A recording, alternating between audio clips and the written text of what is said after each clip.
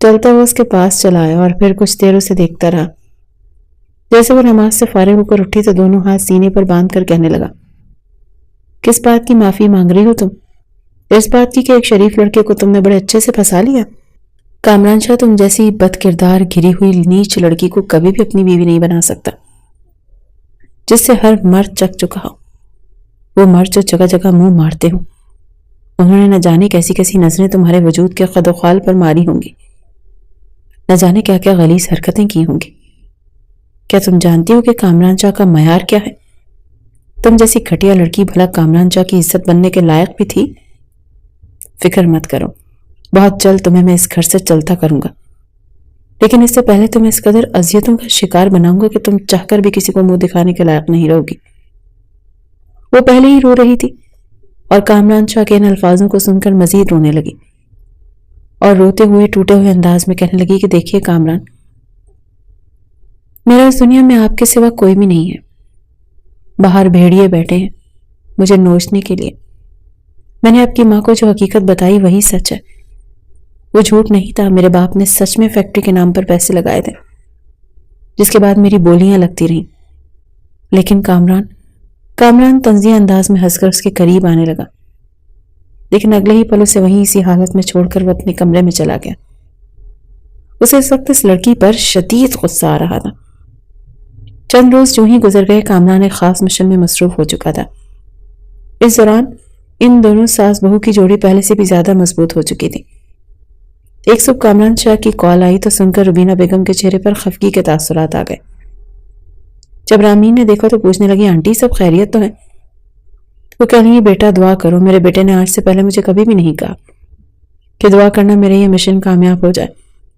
یقیناً بہت سخت معاملات ہیں، وہ بہت بڑے گروہ کو پکڑنے والا ہوگا، دعا کرو کہ سب خیر ہو۔ روبینہ بیگم کو پریشان دیکھ کر رامین بھی پریشان ہو چکی تھی۔ دل ہی دل میں دعا کرنے لگی کہ کامران کو کچھ بھی نہ ہو، وہ پہلے کی طرح اپنے اس مشن میں بھی کامیاب ہو کر لوٹے۔ لیکن دن سے رات ہو چکی تھی، ابھی تک کامران کی طرف سے کوئی فون نہیں آیا تھا۔ بیٹی کی طرف سے اطلاع نہ ملنے پر روبینہ بیگم کا دل بیٹھنے لگا، ان کا بلڈ پریشر لو ہونے لگا، وہ کافی پریشان ہو چکی تھی۔ لیکن وہی ہوا جس کا ڈر تھا۔ کچھ دیر بعد پولیس محکمے سے کال آئی کہ کامران شاہ کو گولی لگ چکی ہے۔ یہ سن کر روبینہ بیگم تو بے ہوش ہو چکی تھی۔ رامین کو تو کچھ سمجھ ہی نہیں آ رہی تھی کہ کیا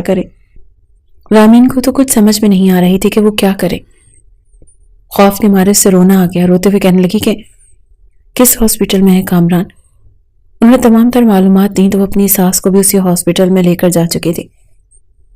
پہلے تو اس نے ساس کو ایڈمٹ کروایا اور پھر جب کامران شاہ کی طرف گئی تو وہ سمجھ رہی تھی کہ شاید وہ بے ہوش پڑا ہوگا اور منہ پر نیل ہوں گے، زخموں سے چور ہوگا۔ مشن میں تو کامیاب ہو چکا تھا، مگر آخری پکڑے جانے والے ڈاکو نے اس پر برے طریقے سے حملہ کر دیا تھا، جو بعد میں کامران شاہ کے ہاتھوں ہی مارا گیا۔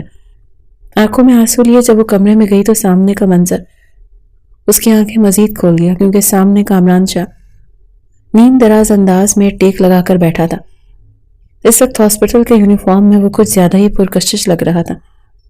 اس کے بازو پر پٹی بندی دیکھ وہ ایک گہری سانس خارج کر گئی، دھیرے دھیرے چلتی اس کے قریب آئی اور کپ کپاتے ہوئے اپنا ہاتھ بازو پر رکھنا چاہا جہاں پر زخم تھا۔ اگلے ہی پل کامران شاہ کی آنکھ کھل گئی، اس نے ایک جھٹکے سے اپنا بازو الگ کیا، ہلنے سے اس کے بازو میں درد بھی ہوا۔ کہنے لگا، تم یہاں کیا کر رہی ہو؟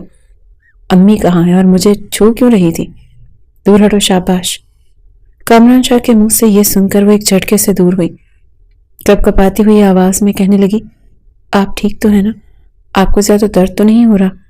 وہ پولیس والے بھائی تو کہہ رہے تھے کہ آپ کو 3 گولیاں لگی ہیں، کاندھے پر، بازو پر 2 ایک ساتھ۔ وہ بچوں کی طرح منہ بنا کر روتے ہوئے بول رہی تھی اور کامران شاہ اسے حیرت سے دیکھ کر کہہ رہا تھا، گولیاں مجھے لگی ہیں، تم کیوں رو رہی ہو بلا وجہ؟ میرے سامنے یہ ہمدردیاں بٹورنے کی ضرورت نہیں، سمجھی؟ امی کو تو کچھ نہیں بتایا، امی ٹھیک ہے نا؟ وہ فکر مندی سے پوچھنے لگا تو آنکھوں میں آنسو صاف کر کے کہنے لگی، ٹھیک ہے، وہ ساتھ والے روم میں ایڈمٹ ہے، انہوں نے ہی آپ کی گولی لگنے کی خبر سنی تھی، کافی پریشان ہے۔ یہ سن کر تو کامران شاہ نے فوراً اپنے بازو پر لگی ہوئی ڈرپ کو ایک جھٹکے سے اتارا۔ ڈرپ کی دوا اور خون ایک ساتھ فوارہ بن کر باہر نکلا تھا۔ کامران کے سوالانہ انداز پر تو رامین ہڑبڑا چکی تھی۔ وہ فوراً اپنی ماں کے پاس گیا، بھلے ہی تکلیف میں تھا، درد میں تھا، لیکن اپنی ماں کو کہنے لگا کہ مجھے کچھ بھی نہیں ہوا، گولی تو صرف بازو کو چھو کر گزری ہے، میں بالکل ٹھیک ہوں۔ روبینہ نے جب اسے اپنے سامنے دیکھا تو روتے ہوئے اپنے بیٹے کو گلے لگا لیا۔ ڈاکٹر نے اسے 2 دن ہاسپٹل میں رہنے کو کہا تھا، لیکن اپنی ماں کی خاطر وہ گھر آ گیا تاکہ وہ پریشان نہ ہو۔ اپنی ماں کے سامنے خود کو ٹھیک دکھاتے ہوئے وہ شدید کمزوری کا شکار ہو چکا تھا۔ کچھ دیر اپنی ماں کے ساتھ رہا، مگر جیسے ہی اپنے کمرے میں آیا تو اچانک اس کے قدم لڑکھڑانے لگے۔ رامین نے آگے بڑھ کر فوراً بازو پکڑا تھا۔ اس کا وجود اس وقت آگ کی طرح جھلس رہا تھا۔ وہ اسے بازو سے پکڑ کر کمرے میں لے جانے لگی تو کہنے لگا، چھوڑو مجھے کوئی ضرورت نہیں ہے ہاتھ لگانے کی۔ شاید دوا کا بھی اثر تھا اور کچھ بخار کی وجہ سے وہ منہ ہی منہ میں بڑبڑانے لگا۔ کہنے لگا، تم جیسی لڑکی مجھے چھونے کا حق نہیں رکھتی، تم گندی ہو، بری ہو، میں تم جیسی لڑکیوں پر تھوکنا بھی پسند نہیں کرتا۔ وہ مسلسل بولے جا رہا تھا۔ جب اس نے اپنے کردار پر یہ الفاظ سنے تو اس نے کامران کو جھٹک دیا اور غصے میں کہنے لگی، بس بہت بول دیا آپ نے، آپ کو شرم نہیں آتی کہ آپ میں انسانیت موجود نہیں ہے؟ جب ایک لڑکی بار بار آپ کو بول کر حقیقت بتا رہی ہے تو آپ کو سمجھ نہیں آتا؟ لیکن کامران کو اس کے جواب دینے کی ہمت موجود نہیں تھی۔ وہیں بیڈ پر گر چکا تھا، بخار کی حالت میں جوتوں سمیت، اور بازو بیڈ پر لگنے کی وجہ سے پٹی سے ہلکا ہلکا خون بھی رسنے لگا تھا۔ وہ درد سے کرا رہا تھا، لیکن وہ اسے اسی حالت میں چھوڑ کر باہر آنے لگی جو بار بار اس کے کردار کشی کر رہا تھا، اسے برا بھلا کہہ رہا تھا۔ پھر بھلا کیوں وہ اس کے ساتھ اپنی بیوی کے فرائض نبھاتی؟ ہاں، اس نے غلط کر کے اس کے ساتھ شادی کی تھی، لیکن وہ اس طرح سے بھی تو اس پر اپنا غصہ نکال سکتا تھا۔ بار بار اس کی پاک دامنی پر ہی سوال کیوں اٹھاتا تھا؟ وہ کمرے سے باہر آ گئی اور دروازہ دھڑلے سے بند کر کے دوسرے کمرے میں جا کر لیٹ گئی، لیکن مسلسل کراہنے کی آواز سن کر اس کا ضمیر اسے ہی ملامت کرنے لگا کہ رامین، وہ تمہارا شوہر ہے، حقیقت سے انجان ہے، تمہیں ایسا نہیں کرنا چاہیے۔ وہ شخص بخار میں تڑپ رہا ہے، اگر یہ نہ ہوتا تو تمہارے ساتھ کیا ہوتا؟ اس کی ماں نے تمہیں اتنی عزت دی، محبت دی۔ یہ سوچ کر ایک بار پھر وہ اٹھ چکی تھی، چلتے ہوئے کمرے میں آئی، دیکھا تو پٹی پوری خون سے بھر چکی تھی، اب ہلکا ہلکا خون بیڈ پر بھی رسنے لگا تھا۔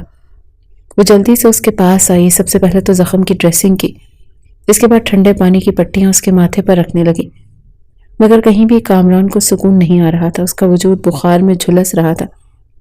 اگلے ہی پل بخار میں اس نے اپنی شرٹ کو اتار کر دور پھینکا۔ وہ شرٹ لیس اس وقت رامین کے سامنے موجود تھا۔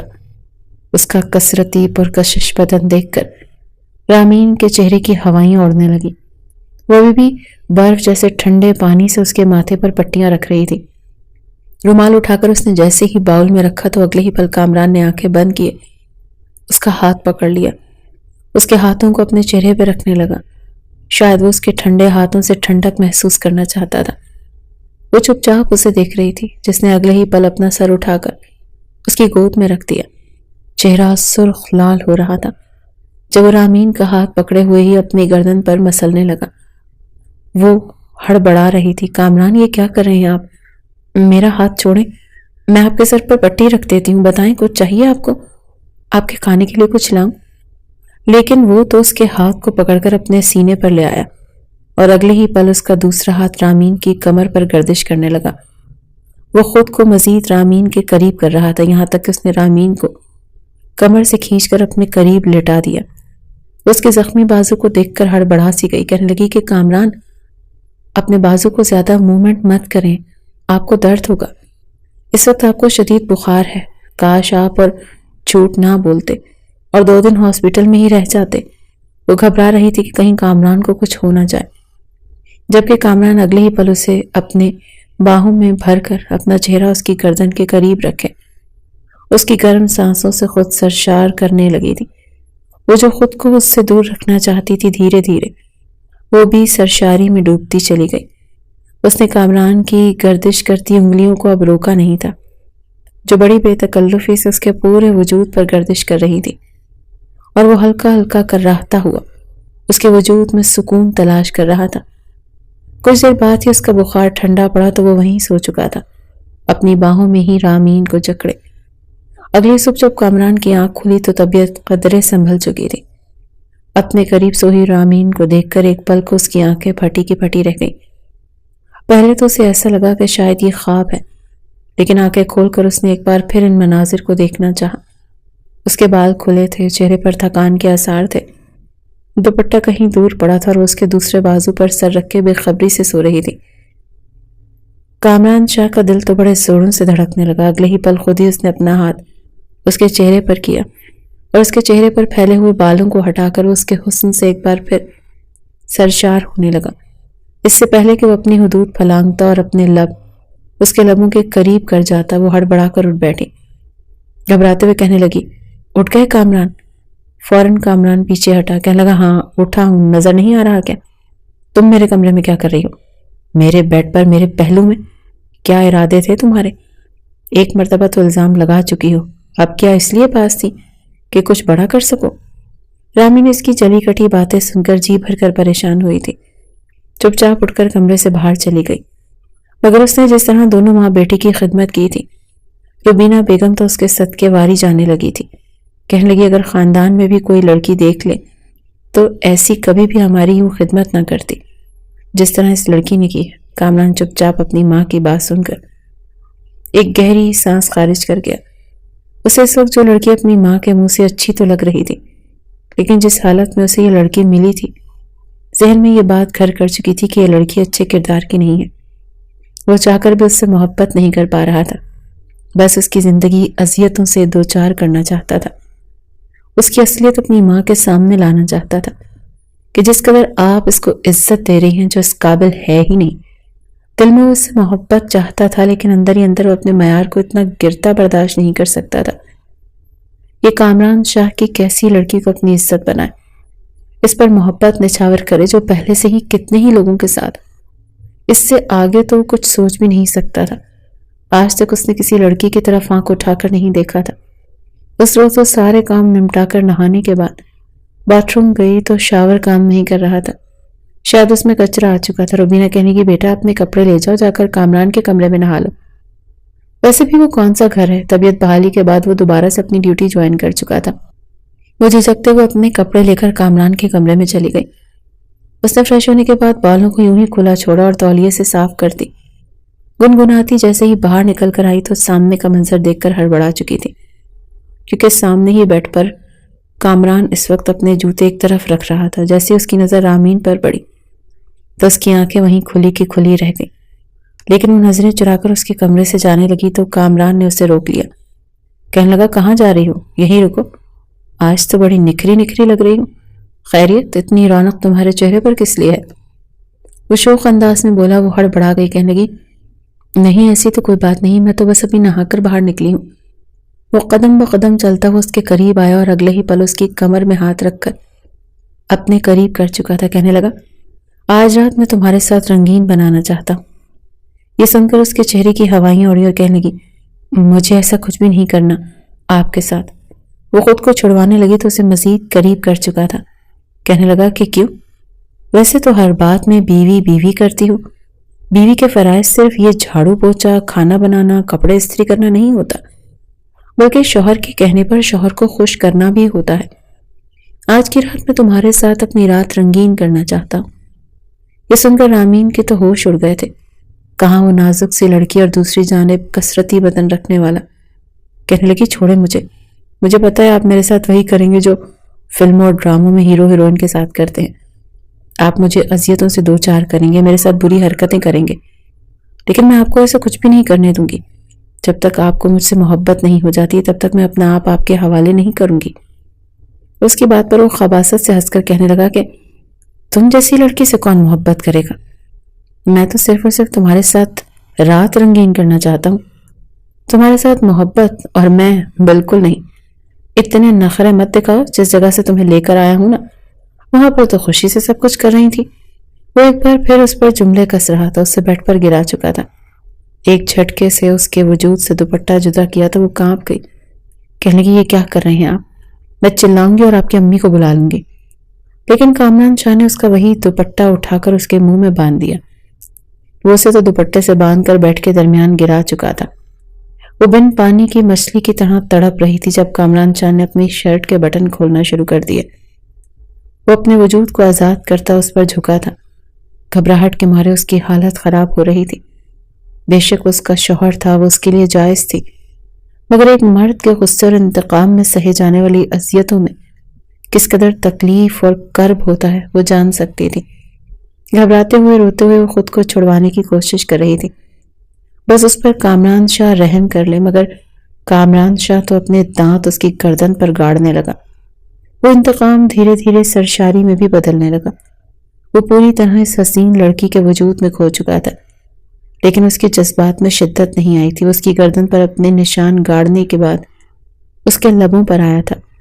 جس قدر ہو سکتا تھا وہ اس پر اپنی شدتیں لٹا رہا تھا، یہاں تک کہ اس کی سانس بند ہونے لگی، رنگت بالکل پیلی پڑنے لگی، وہ ہانپنے لگی۔ مگر کامران شاہ نے اگلے ہی پل اس پر اپنی شدتیں لٹانا شروع کر دی۔ وہ چیخ کر اپنے درد کا اندازہ لگانا چاہتی تھی۔ کامران شاہ جو سمجھ رہا تھا کہ یہ لڑکی اس سے پہلے ہی کوٹھے کی زینت بن چکی ہے، اسے کہیں سے خرید کر لایا گیا تھا، یہ تو کسی ایسے بدنام زمانہ گلیوں کی رہائشی تھی۔ مگر جیسے ہی اس نے اپنی شدتیں اس کے وجود پر لٹانا شروع کی تو وہ ٹھٹک چکا تھا۔ ایک جھٹکا سا اس کے وجود کو لگا، کیونکہ وہ ایک لمحہ لگا تھا اسے یہ جاننے میں کہ یہ لڑکی جیسے وہ پچھلے 2 مہینوں سے نہ جانے کتنی باتوں اور جملوں کا نشانہ بنا رہا تھا، اسے کیا کچھ کہہ رہا تھا۔ یہ لڑکی رو رو کر اپنی پاک دامنی کا ثبوت دلاتی رہی۔ وہ تو سچ مچ پاک دامن تھی، وہ تو کنواری تھی جسے آج تک کسی مرد نے چھوا تک نہیں تھا۔ کامران شاہ کی شدتیں جو اس پر لٹانا چاہتا تو اس نے یکدم سے کمی آ چکی تھی۔ پھر رامین خوف کے مارے تھر تھر کانپ رہی تھی، اس کا سانس اکھڑ چکا تھا، آنکھوں کی پتلیاں تو جیسے بالکل پھرنے کو تھی۔ جب کامران شاہ نے اپنے انداز میں نرمی برتی اور اس پر جھک گیا، رامین جو خوف کے مارے اپنے سامنے موت دیکھ رہی تھی، یہ جان چکی تھی کہ اس کی پاک دامنی کو ثبوت ملتے ہی کامران کو اس پر یقین ہو چکا ہے، لیکن اب وہ کسی پتھر کی مورت کی طرح اس کے آگے پڑی تھی۔ نہ وہ چلا رہی تھی، نہ چیخ رہی تھی، نہ ہی کسی طرح کا رد عمل دے رہی تھی۔ اپنی شدتیں اس پر لٹانے کے بعد کامران نے اسے اپنی باہوں میں بھرا، اس کے چہرے پر بوسے دینے لگا، کہنے لگا مجھے معاف کر دو، مجھے لگا تھا تم سچ مچ میں وہی ہو، باقی لڑکیوں جیسی، کیونکہ میرا پیشہ ہی ایسا ہے۔ اس سے پہلے میں کتنی ہی بدنام زمانہ گلیوں اور لڑکیوں کو پکڑ کر لایا ہوں۔ میرا مشن یہی ہے کہ میں اسے پورے علاقے کو ایسے لوگوں سے صاف کروں، ایسے اڈے بند کروں۔ مجھے لگا شاید تم بھی انہی میں سے ہو۔ جھوٹ بول رہی ہو، میں تو تم جیسی ایک ہی اچھی نیک لڑکی چاہتا تھا، مجھے معاف کر دو۔ کامران کا لہجہ ایک دم سے بدلا تو اگلے ہی پل کامران کو جھٹکتے ہوئے خود اس سے چھڑوایا اور کہنے لگی بس کر دیں کامران، بس کر دیں۔ آپ نے جو کچھ کیا ہے نا میرے ساتھ، میں کبھی سوچ بھی نہیں سکتی تھی۔ کر لیا آپ نے میرے ساتھ جو کرنا تھا۔ آپ نے کہا تھا نا آپ مجھے طلاق دیں گے، تو ٹھیک ہے، دے دیجئے طلاق۔ آپ نے میری عزت خراب کرنی تھی سو کر دی۔ وہ درد سے سسکتی کراہتی ہوئی بیڈ سے اٹھی تھی، اسے چکر آ رہے تھے۔ کامران نے اسے باہوں میں بھرنا چاہا، لیکن وہ اس سے دور ہٹ کر دوسرے کمرے میں چلی گئی۔ کامران سر پکڑ کر بیٹھ چکا تھا۔ واقعی یہ لڑکی جو کچھ کہہ رہی تھی سچ کہہ رہی تھی، لیکن وہ کیا کرتا، اس کی ڈیوٹی ایسی تھی جس میں اس کا تعلق تھا۔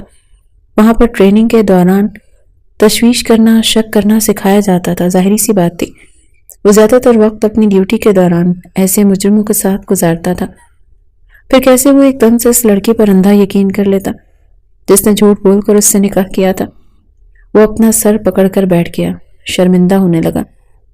لیکن اس وقت اگر وہ اپنی ماں کے کمرے میں جاتا تو اچھا خاصا پروپیگنڈا شروع ہو سکتا تھا۔ وہ وہیں بیڈ پر سوچتے سوچتے سو گیا۔ اگلی صبح جب اس کی آنکھ کھلی تو ایک نئی قیامت اس کے انتظار میں تھی۔ اس کی ماں گھبرائے ہوئے کہنے لگی بیٹا یہ رامین کہاں ہے؟ پورے گھر میں ڈھونڈ لیا، کہیں نہیں ملی، کدھر چلی گئی یہ لڑکی؟ آج سے پہلے تو اس نے گھر سے باہر قدم نہیں نکالا تھا۔ جب سے اس گھر میں آئی ہے جو بھی کام ہو مجھے ہی کہتی ہے۔ کامران کی تو آنکھیں کھلنے لگی تھی۔ تبھی اسے سائڈ ٹیبل پر ایک کاغذ پڑا ہوا ملا جس میں اس نے روبینہ کے لیے پیغام چھوڑا تھا کہ آنٹی میں ہمیشہ ہمیشہ کے لیے آپ کے اور آپ کے بیٹی کی زندگی سے جا رہی ہوں۔ آپ نے مجھے اپنی بیٹیوں جیسی محبت دی، بہت شکریہ، لیکن شاید میں اس قابل نہیں تھی۔ وہ جا چکی تھی اور کامران یوں تھا کہ کاٹو تو خون نہ نکلے۔ پہلی بار روبینہ نے اپنے بیٹے کو تھپڑ مارا تھا۔ یہ کیا کہا تو نے اسے جو گھر چھوڑ کر چلی گئی؟ میری بہو صرف اور صرف رامین ہی ہے، جاؤ جا کر اسے لے کر آؤ۔ وہ فوراً گھر سے نکلا تھا۔ پورا دن مارا مارا گلیوں میں پھرتا رہا، سڑکوں پر لوگوں سے اس کے بارے میں پوچھتا رہا۔ جیسے جیسے اندھیرا پھیل رہا تھا اس کی آنکھوں میں آنسو آ رہے تھے۔ اس نے اپنی فورس کو رامین کو ڈھونڈنے پر لگا دیا۔ آسمان پر بادلوں کو دیکھ کر وہ مزید گھبرا سا گیا۔ بارش تیز ہو چکی تھی جب وہ اپنے گھر کے قریب ایک مقام پر رک کر